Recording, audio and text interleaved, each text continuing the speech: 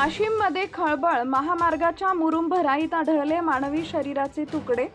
वाशिम हिंगोली महामार्गावर सुरू असलेल्या चौपदरीकरणाच्या कामात मंगळवारी रात्री एक अत्यंत धक्कादायक आणि थरारक प्रकार उघडकीस आलाय। रस्त्याच्या कामासाठी टाकण्यात आलेल्या मुरुमाच्या ढिगाऱ्यात मानवी शरीराचे अवयव आढळून आल्यानं परिसरात एकच खळबळ उडाली आहे। ही घटना 17 मार्च रोजी रात्री 9 वाजेच्या सुमारास स्थानिक बाजार समिती ते डम्पिंग ग्राउंड दरम्यान उघडकीस आली। मिळालेल्या माहितीनुसार महामार्गाच्या कामासाठी कंत्राटदारानं बोराळा परिसरातून गौण खनिज मुरुम आणलं होतं। मंगळवारी रात्री या मुरुमाची मोजणी आणि पसरवण्याचं काम सुरू असताना एका ढिगाऱ्यात कामगारांना मानवी शरीराच्या पायाचा भाग दिसून आला।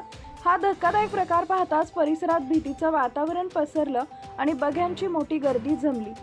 या घटनेची माहिती मिळताच वाशिम शहर पोलीस ठाण्याचे ठाणेदार आपल्या ताफ्यासह तातडीनं घटनास्थळी दाखल झाले। प्राथमिक तपासात सदर अवयव हे एका पुरुष जातीच्या व्यक्तीचा असल्याचं निष्पन्न झालंय। अंधाराचा फायदा घेत गुन्हेगारांनी मृतदेहाची विल्हेवाट लावण्यासाठी हा प्रकार केला असावा असा संशय व्यक्त केला जातोय। हा मानवी मृतदेह नेमका कुणाचा आहे?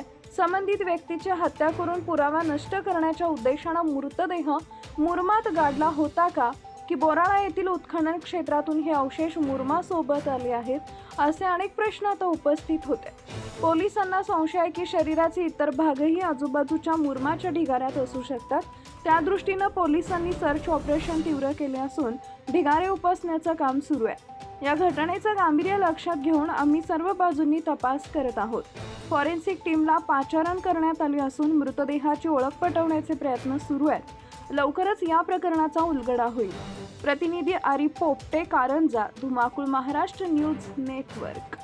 आपल्या परिसरातील ताज्या आणि महत्त्वाच्या बातम्या पाहण्यासाठी आजच आपल्या धुमाकूळ महाराष्ट्र न्यूजला YouTube वर सबस्क्राइब करा आणि बेल आयकॉन प्रेस करा।